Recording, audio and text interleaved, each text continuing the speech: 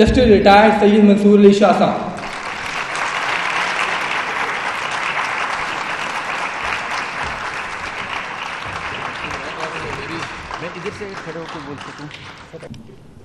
Thank you very much for that rather gracious introduction. That's very kind of you.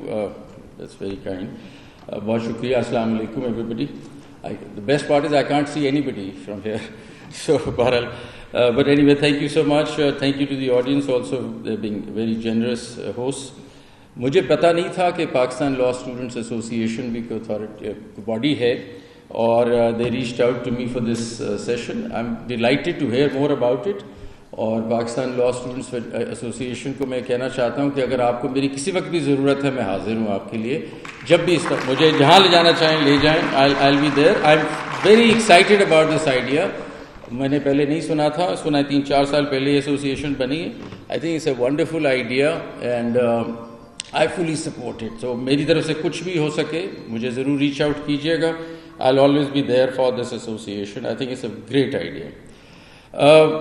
آج میں صرف آپ لوگوں کے ساتھ I'll sort of if I can speak in Urdu also in English so that we all sort of understand what's happening, because my idea would be to share with you that the future of Pakistan's justice system, to my mind, in all honesty, is ADR.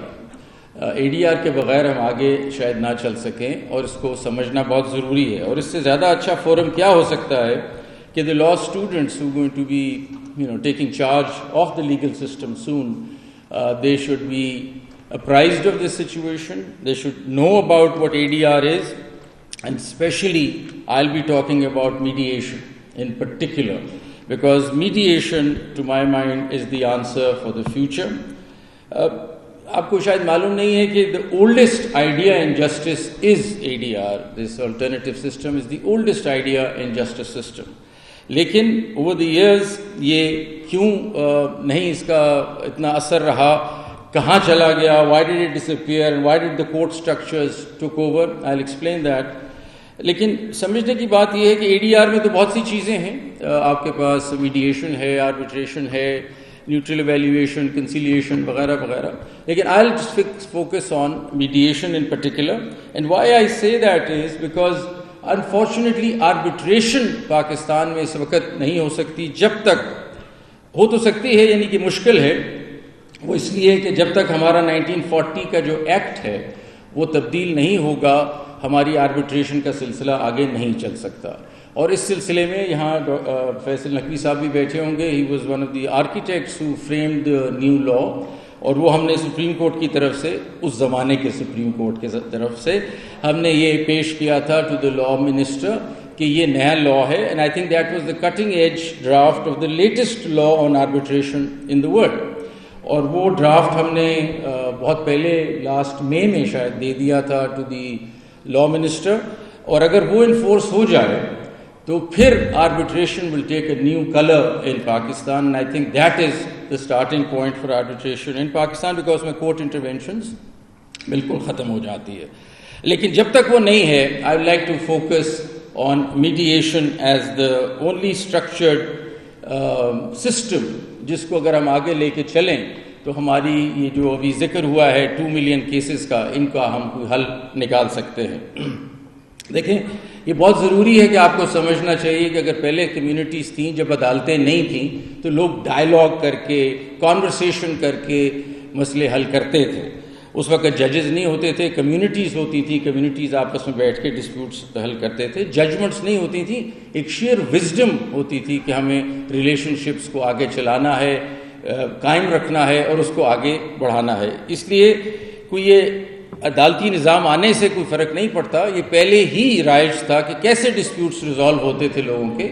آج بھی آپ کے گھروں میں اگر کوئی dispute ہو جاتا ہے تو ہم اپنے خود بڑے بیٹھ کے ڈسپیوٹ ریزالو کرتے ہیں. یہ اسی کی ایک کڑی ہے اور اس کو آگے ہم نے انسٹیٹیوشنلائز کرنا ہے, اور اس کے بارے میں کچھ گزارشات ابھی آپ کے ساتھ کرتا ہوں. لیکن یہ کیا وجہ ہے that when it all started with mediation or ADR in the world, when it all started, کیا وجہ ہے کہ عدالتیں زیادہ اسٹرانگ پوزیشن لے گئیں؟ اور اس کی وجہ 2-3 ہیں جس کا پتہ ہونا چاہیے, just to understand as a background. اور وہ یہ ہے کہ 3 ریزنس ہیں. ایک پاور ہے, ایک منی ہے, ایک اس کی فلسفی ہے. پاور یہ تھا کہ جب نیشن سٹیٹس بننے لگ گئیں تو کوشش سٹیٹس کی ہوئی کہ اپلائز کر لیا جسٹس سسٹم کو. انہوں نے کہا ہم فیصلہ کریں گے لوگوں کی ڈسپیوٹس کا. That was a sign of power nation enjoyed and it was also sign of revenue. آپ کو پتہ ہے کہ ریونیو کافی اسٹیٹ ارن کرتی ہے لیٹیگیشن سے.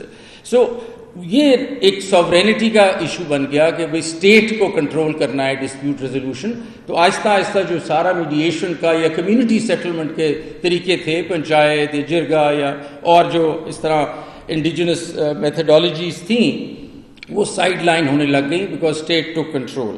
اس کے علاوہ پھر جو ہمارا لیگل پروفیشن بھی تھوڑا سا اس کو بھی بلیم جاتا ہے.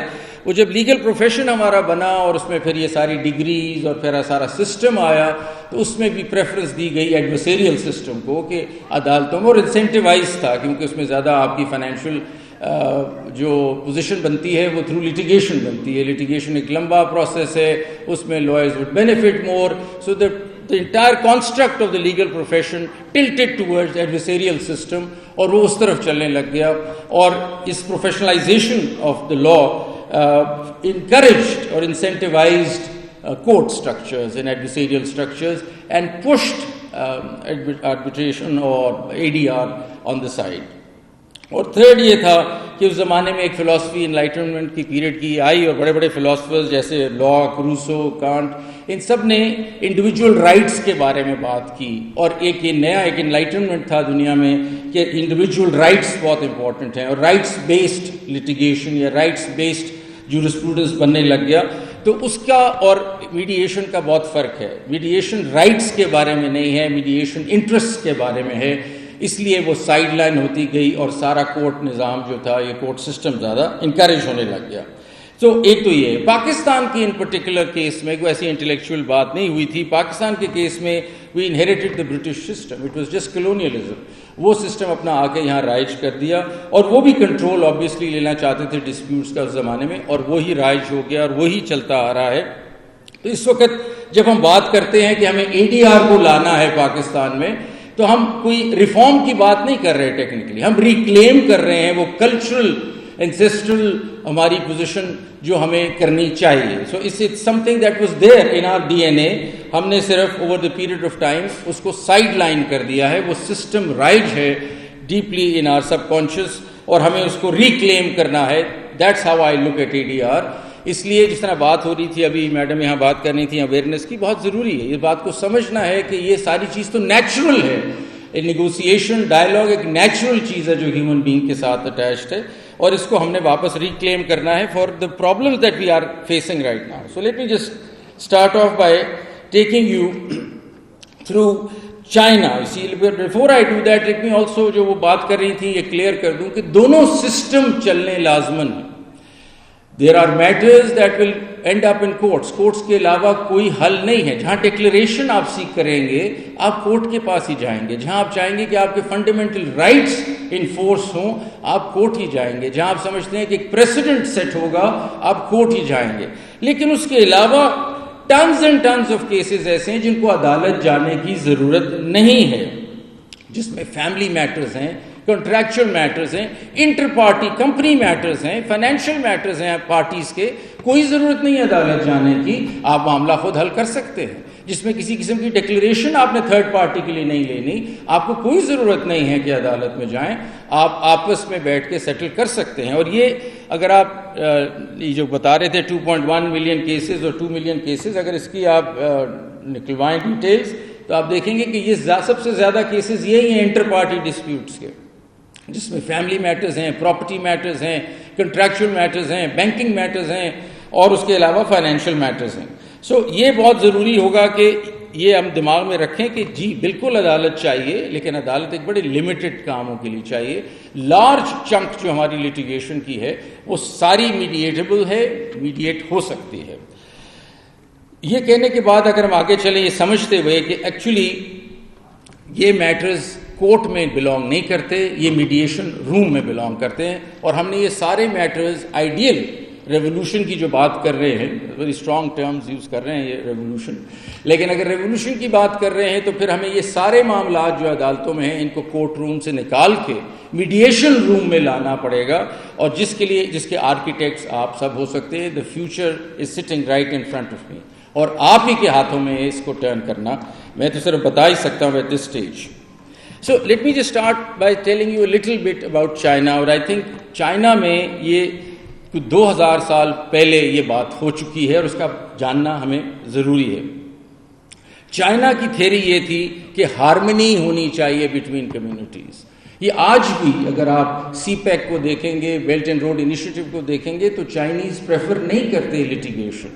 وہ یہ پریفر نہیں کرتے کہ آپ عدالتوں میں بھاگ کے اسٹے آرڈر لے لیں پروجیکٹس کے خلاف, بیکاز ان کا کلچر ہی ہارمنی پہ بیسڈ ہے. They want to build relationships and they want to continue building those relationships and doing business. یہ بہت آپ لوگوں کے لیے China card, because China is the future and you must keep that in mind, because کل کو آپ کی وکالت کا بھی چائنا کے ساتھ بہت زیادہ انٹرفیس ہونا چاہیے, اگر نہیں ہے ہونا چاہیے, because there will be a lot of Chinese investment coming into Pakistan and your relationship with China and their dispute settlement is important. We might at LUMS also thinking کہ ہمارا جو چائنا سینٹر ہے ہم ادھر ایک نیگوسیشنل plate form بنائیں کہ جو بھی چائنیز ڈسپیوٹس ہوں گے بزنسز کے, ہم ان کو نیگوشیٹ کر کے میڈیٹ کر کے سیٹل کریں. We need your support for that. Who will do it? Who will mediate those matters except the young lawyers sitting here?